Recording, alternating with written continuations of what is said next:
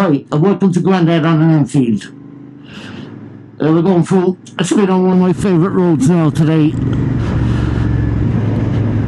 There's a bit, first bit's a bit boring, but after that, it's a nice road. Just for taking it easy, I know, but nothing mad, nothing major.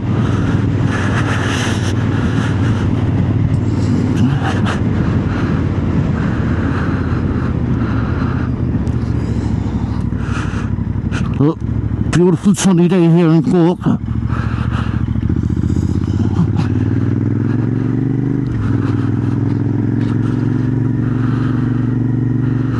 To my left there, that's Man Point Shopping Centre.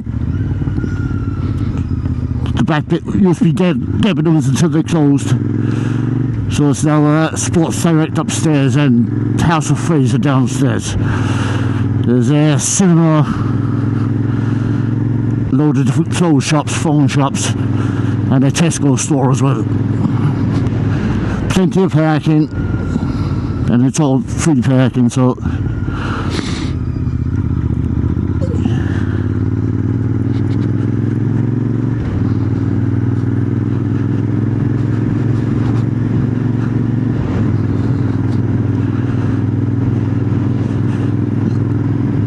load of office blocks here.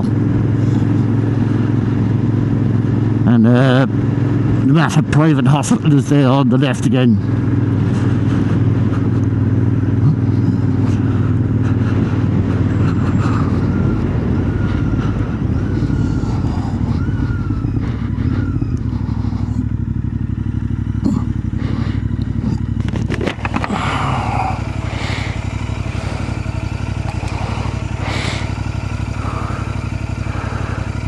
So that's the walkway ahead of us there, behind the traffic lights. I drove up it the other day from Rochestown. It stretches a fair bit. So.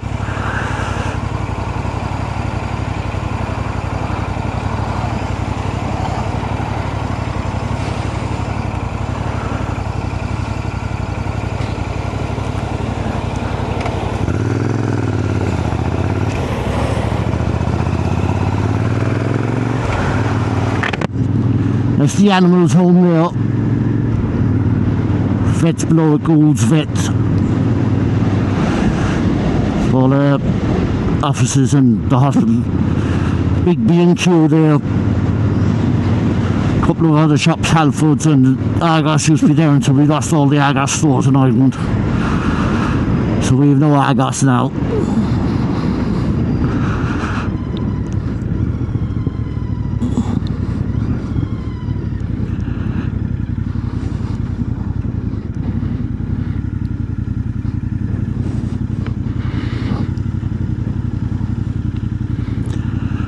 It's 13 degrees today. That's Johnson & Perrott's car sales. They do a lot of electric cars in there. That's the front of Man Point then. That's where the Tesco's is.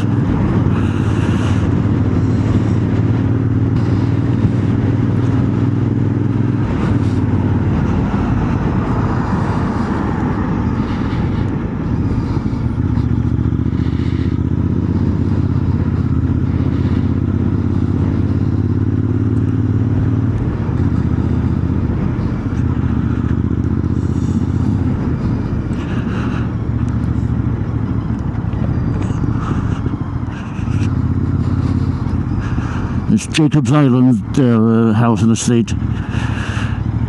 This used to all be fields.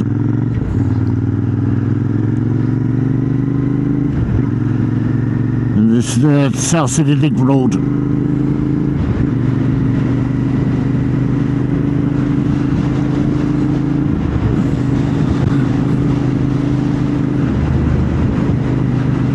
We might speed this bit up just to get over this bit and start again then.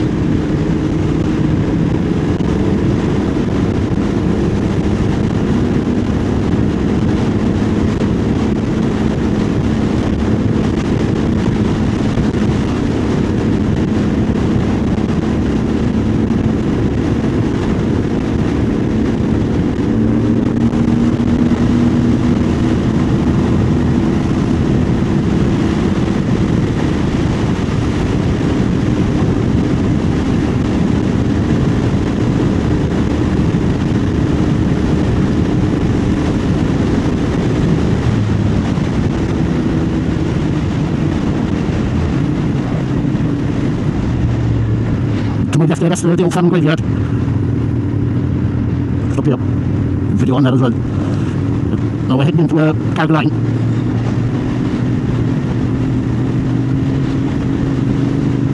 And we actually got on to Crosshaven, which used to be a very popular seaside resort, I suppose, the 80s, early 90s.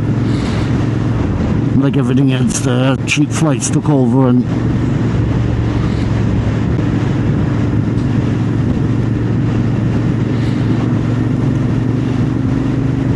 there are a couple of interesting places below here.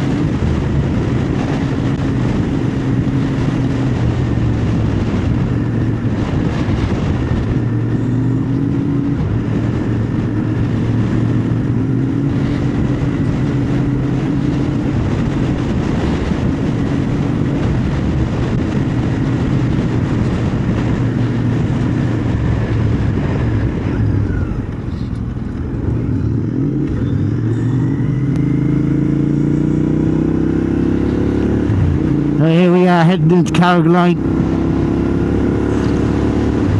It's become very built up over the last few years, and the road structure isn't really there for it, so early morning and late evening traffic can be really heavy here.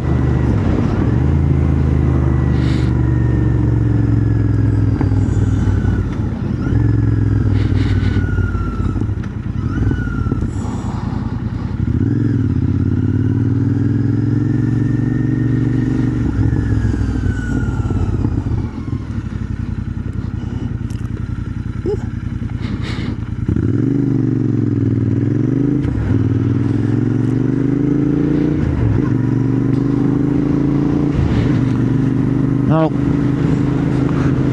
want to have a quick talk on engine sizes.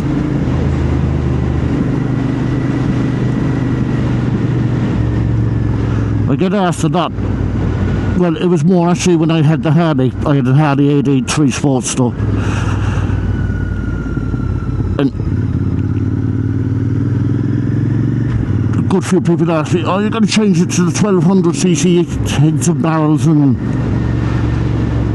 I was saying no, I bought an 883 because I wanted an 883, and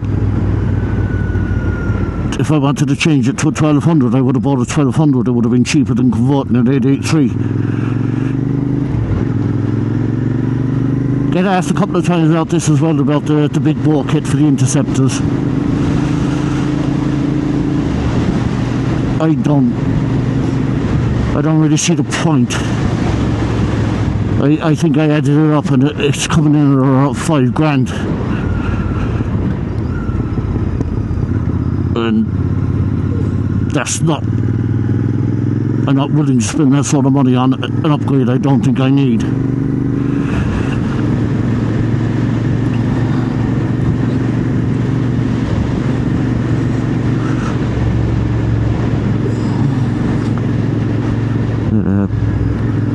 Just coming out through the back of Carrigaline now, and the road up ahead is there's a couple of them around the place.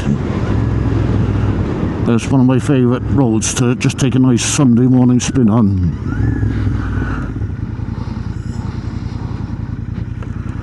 Actually, I was down here 2 weeks ago with the family, and we went in for a coffee, and there was a couple of bikes outside the cafe. But I got a couple of pictures of that. I added into the video somewhere along here. Again, this is this used to be served by a train from Cork City. So we have, when we turn around up the top of the road there and turn left, on the left hand side is a walkway that used to be the train line. Now, as far as I know, the last train was there in 1932 or 1934, so well before my time, and I've never really heard anyone talk about the rail line. So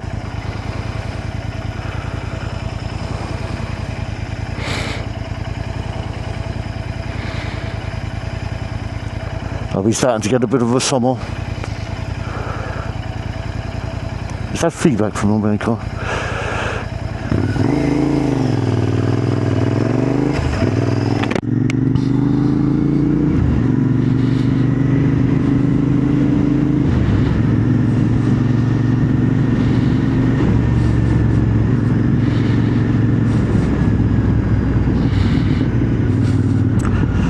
Caroline, this is the backside of Caroline. We're heading on here now to Crosshaven.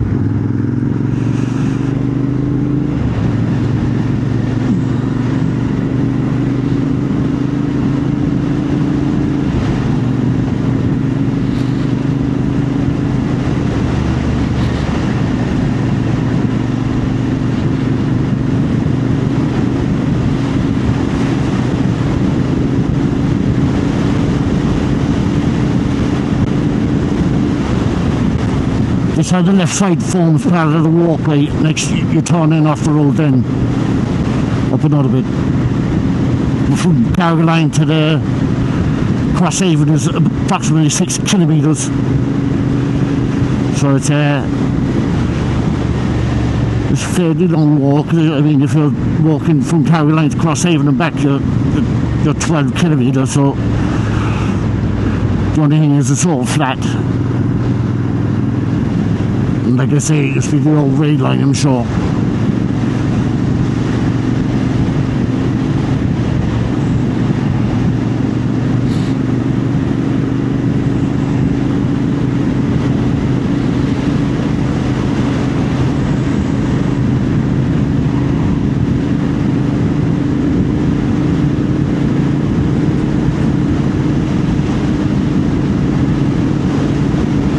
No rush in here, so like I say, it's a lovely day.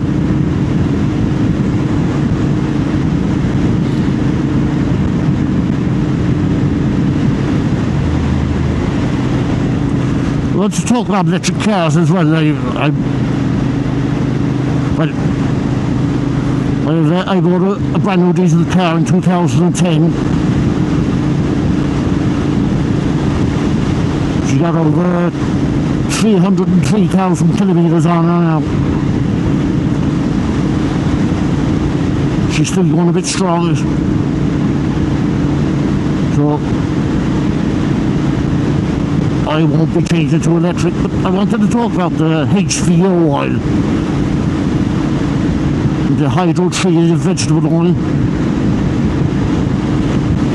Instead of pushing electric cars, shouldn't they really be pushing something that's supposed to be way better for the environment? And you can use it in existing cars, or some cars. The older new Skoda cars are now set up to run on it. The only thing, I've only seen one petrol station selling it. That was about 80 kilometres from my house, so I don't think it would make sense for me. This now is the bay in Crosshaven. We'll go up another bit and see a bit more of it. There's the walkway on your left.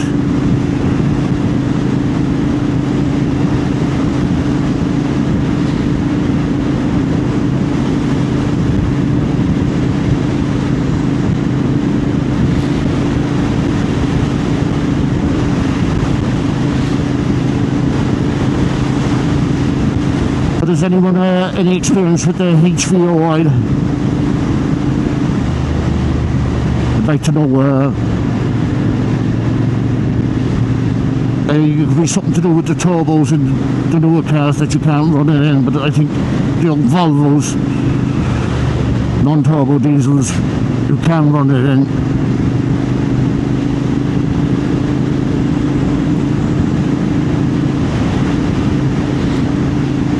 Here we are, Crosshaven. Like I say, there's a whole network of roads leading from beach to beach here.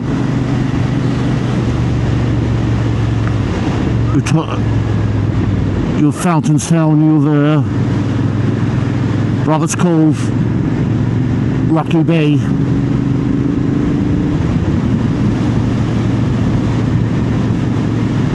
They're all linked to back roads.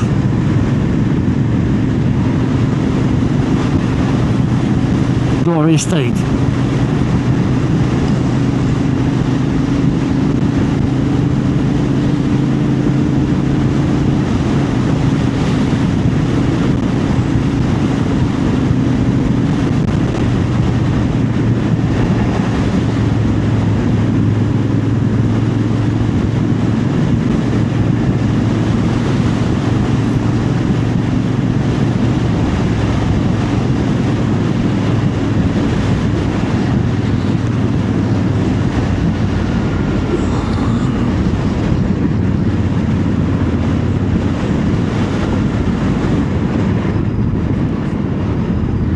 Like I said, this is where we came down now, the island sort of video here now.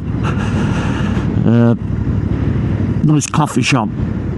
There was a good couple of old bikes here. Yeah, we just came down now for a look around the place today and happened to cost a couple of bikes here. Now 100 old airhead with a nice little sidecar on it. And look at this, a 1935 BSA V-twin. Oh, beautiful condition.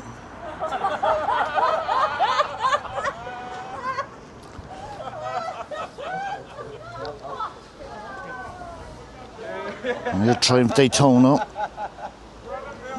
The year on this one. No.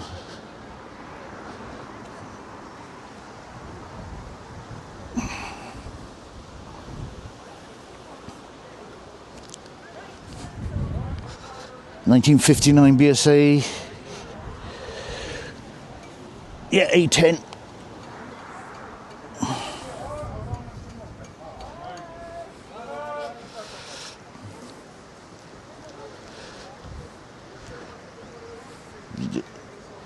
Yeah, 1955 Dot. Villiers engine.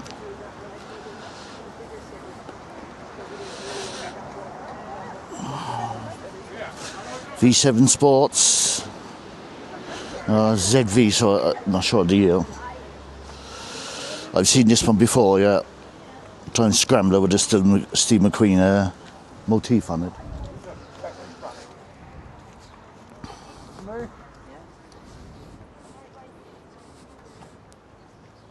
$1995 Sports 1100 Guzzi.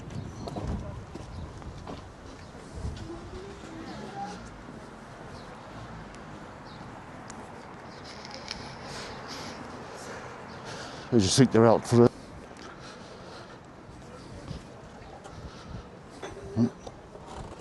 Just something nice to come across unexpectedly. I like the BSAs. The sound that I got see that as well.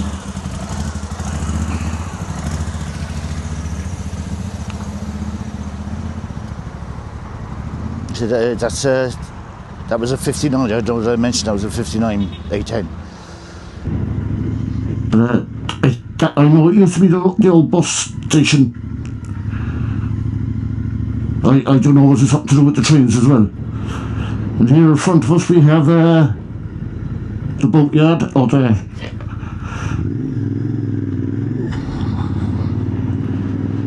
take a look, see can I get it in a small bit here. This is the Royal Yacht, the Royal Cork Yacht Club. Excuse me. And this is the oldest yacht club in the world. It's opened in 1720. Yeah.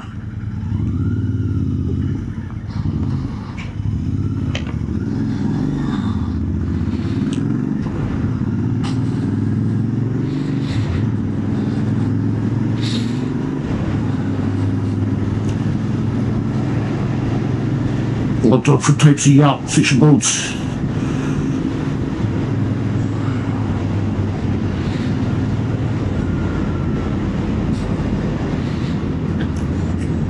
I was going to use an AI voice,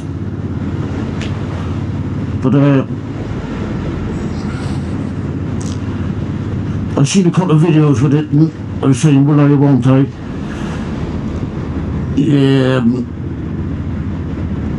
Kind of annoys me, the AI voice, and they show pictures of one bike that's not the bike they're talking about.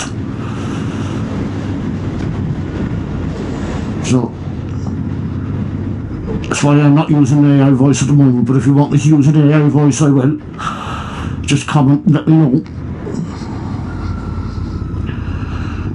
We'll just have a quick peek in here now. This is the Crosshaven pitch and putt course.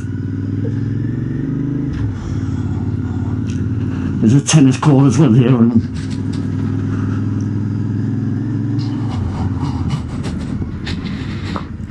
yeah, there's the pitch and putt course. For those of you who don't know where,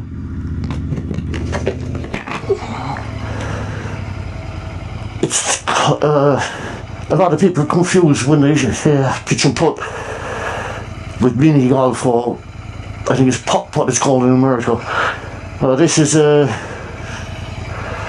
you have two clubs. One has to be a putter. All the holes are par 3. The normal one is 8 holes. This fairly hilly one. This one is it's one of 2 in Crosshaven. So yeah, with it.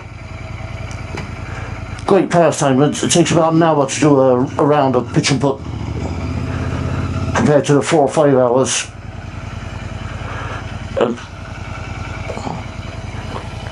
What can you see there? Yearly membership is €120. OAP 100, juvenile 50, associate. That means you are not actually joined the club. A family, 2 adults and 2 juveniles is 220. Green fees are €7, and green fees under 16 are €3. It's a fairly cheap pastime, and like I say, it doesn't take all day.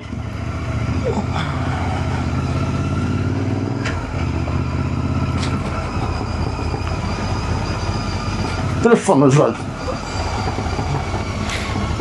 as long as you don't take it too seriously.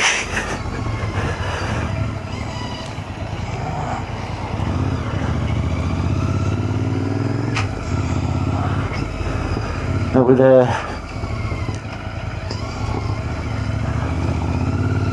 there's on the right there, there's a pub on the corner there, and on the right there is Piper's Amusements, little fun fair that's open during the summer.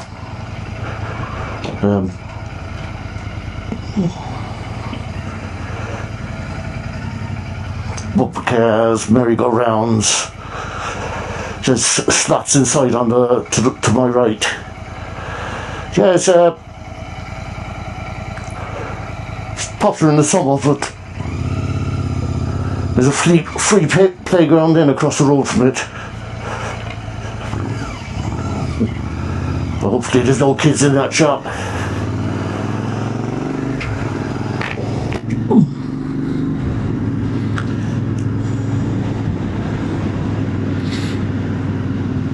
the old boatyard now as well,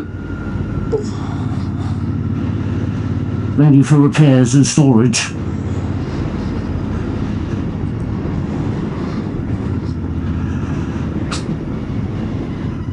And look straight across the harbour there.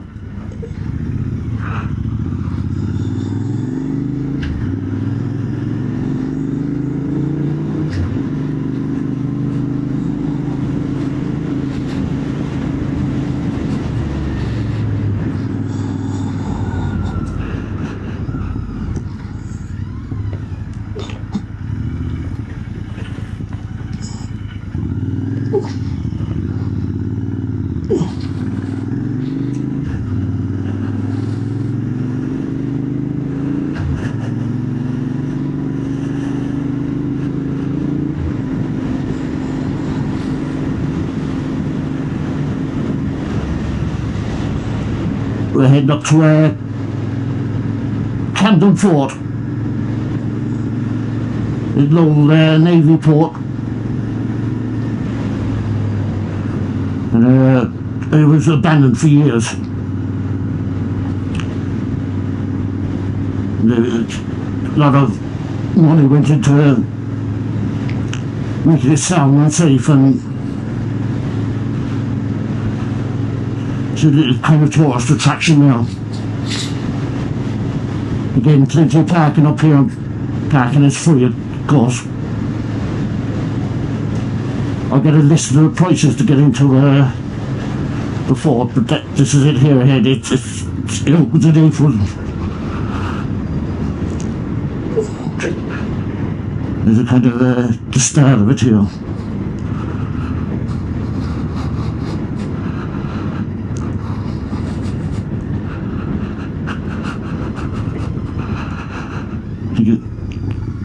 Now, anyone with walking difficulties or using any walking aids or anything, this is not recommended. It's a fairly steep drop down into the front of the fort, to the water's edge. Sorry, it's close to May. It used to be April, it's May now. That's why I came down today. I thought it would be open, but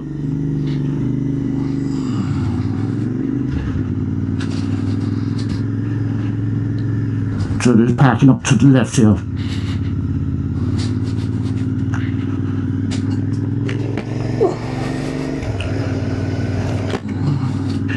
We'll be doing a video on forts and castles around Cork City as well.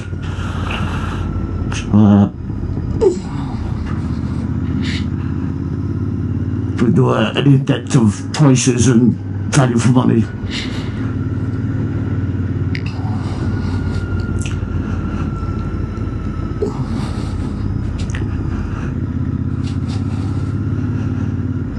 These used to be all, this place used to be full of small little holiday rentals, or holiday cottages. It's a beautiful little town. But,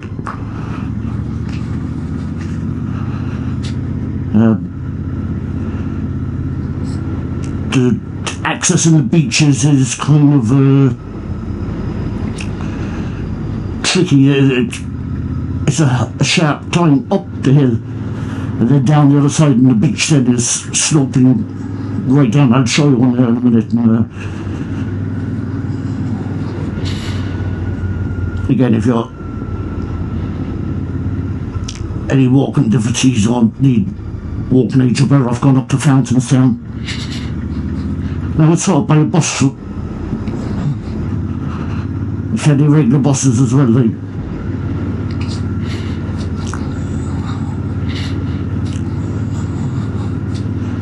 like I say, it's the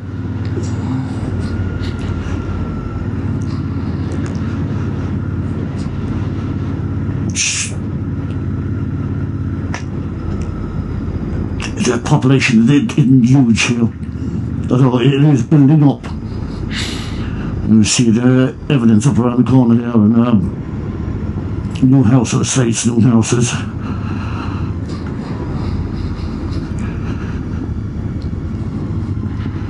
Like I say, well, the village itself is fairly flat, but any of the beaches are very steep down into them. It kind of goes up the hill and then down the other side, and then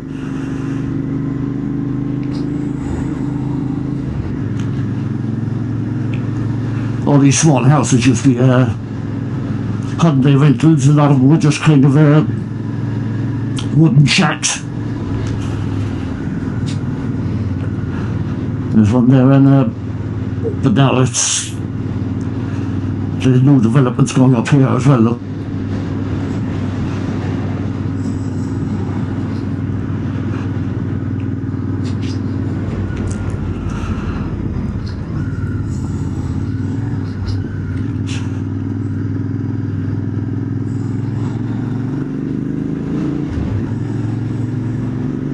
We actually used to have the gate there in Fort Camden. We used to actually have to climb over that gate that was closed off for years. It's called mackerel fishing down on the front of it.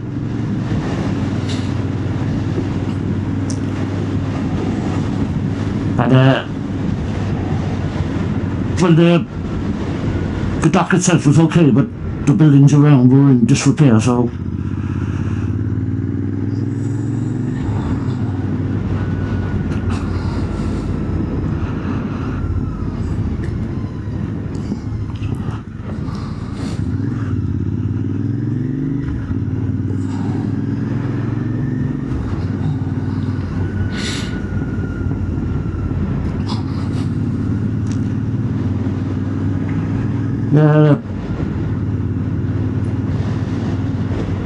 is the bay. Some beautiful views. Up here we have another pitching putt course.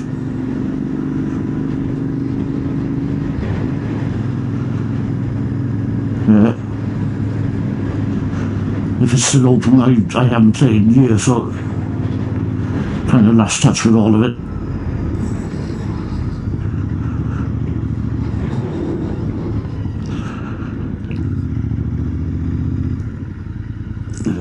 No, I think it's closed. But there's the view of the bay.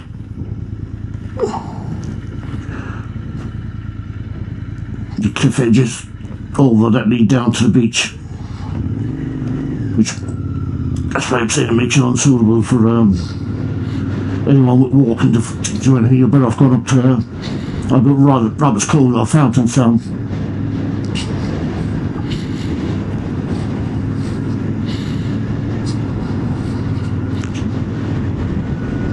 It's a nice area, but in the winter there, with the wind blows in off the ocean, it can be a bit bitter.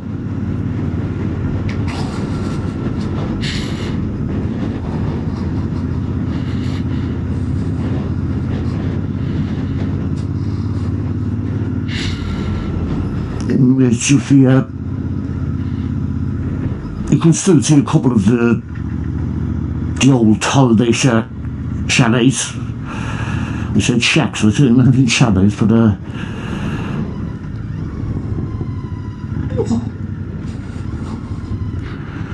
think like every other place, when commercial flights became available for everyone that could afford them, all the places like this lost it out.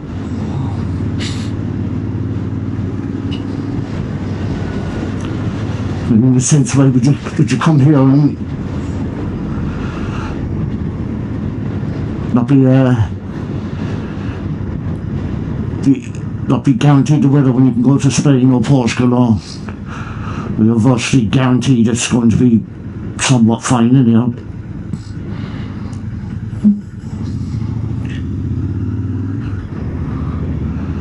Beautiful views across the bay.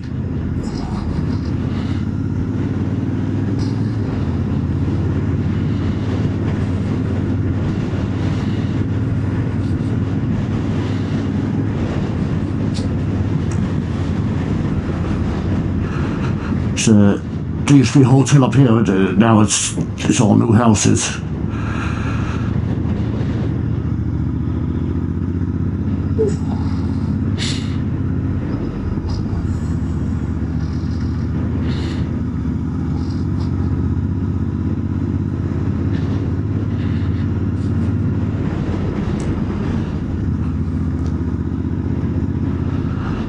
drive it properly up here now. But there's that's what I mean.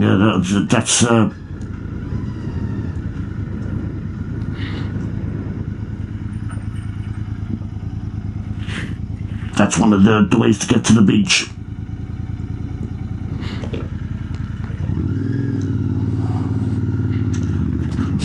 Not I did.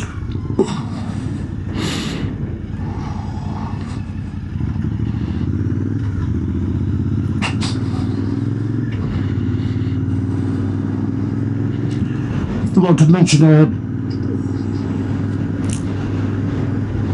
bikes you grew out of. Because in the 80s when I started, it was different. I didn't know anyone with multiple bikes. I had only one at a time myself.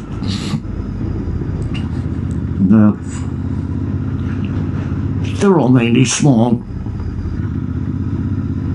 under 100 cc's for insurance reasons. One for I knew the biggest bike was one for the other day I was hanging around was a DT 100. And one of my friends had a Honda 50 and then he upgraded to an RXS 100.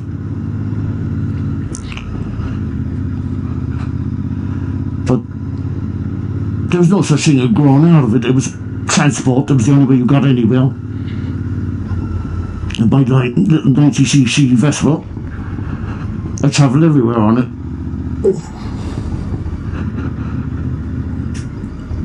Absolutely everywhere. There was no, oh, you're going to go aboard of that. You didn't have a choice. You kept it because you didn't have the money to do anything else.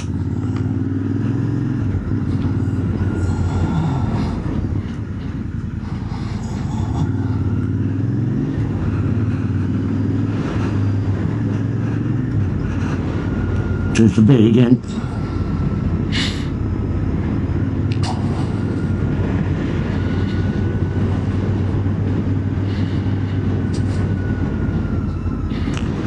That's what I mean, this is the way to the beach.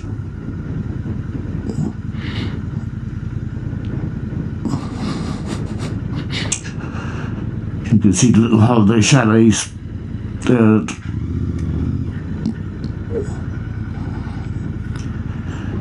I don't want to really be driving down here.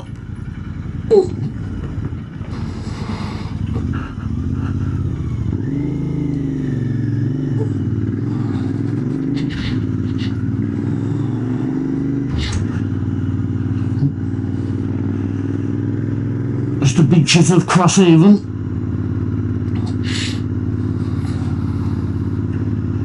But like I said, growing out of it, you couldn't go out of the bike because you couldn't afford to replace it with anything.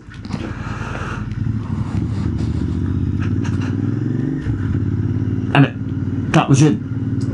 You had, well, I had, anyone I knew had one bike. Something happened to it, you had to fix it.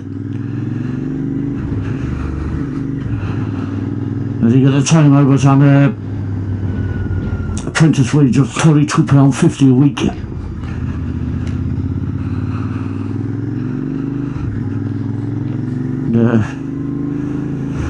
Didn't leave a lot of money to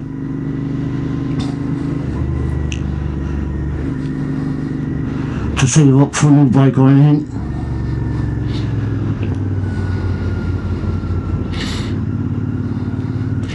I think at the time the dole was £4 or £5 less than what I was earning for the first year.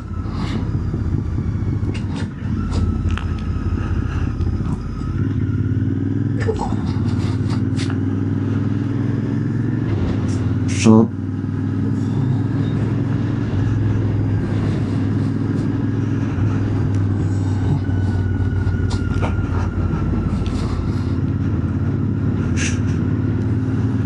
and your insurance increased year on year.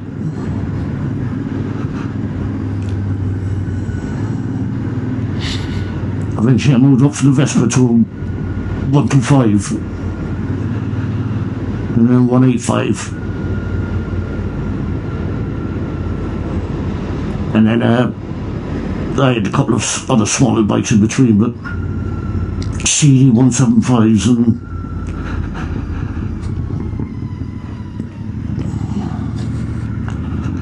we're talking about prices of the bikes in the hundreds and not in the thousands. And say we have no annual test for motorcycles here. We never had, and you would be surprised what the bikes would be like. Talking little to no brakes.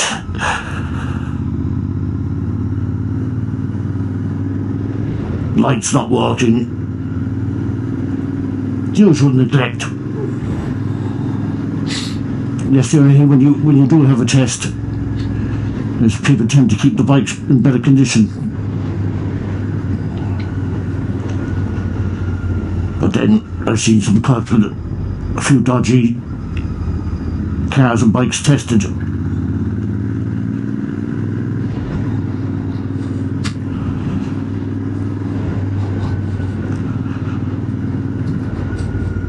There we go, that's a Torque Crosshaven.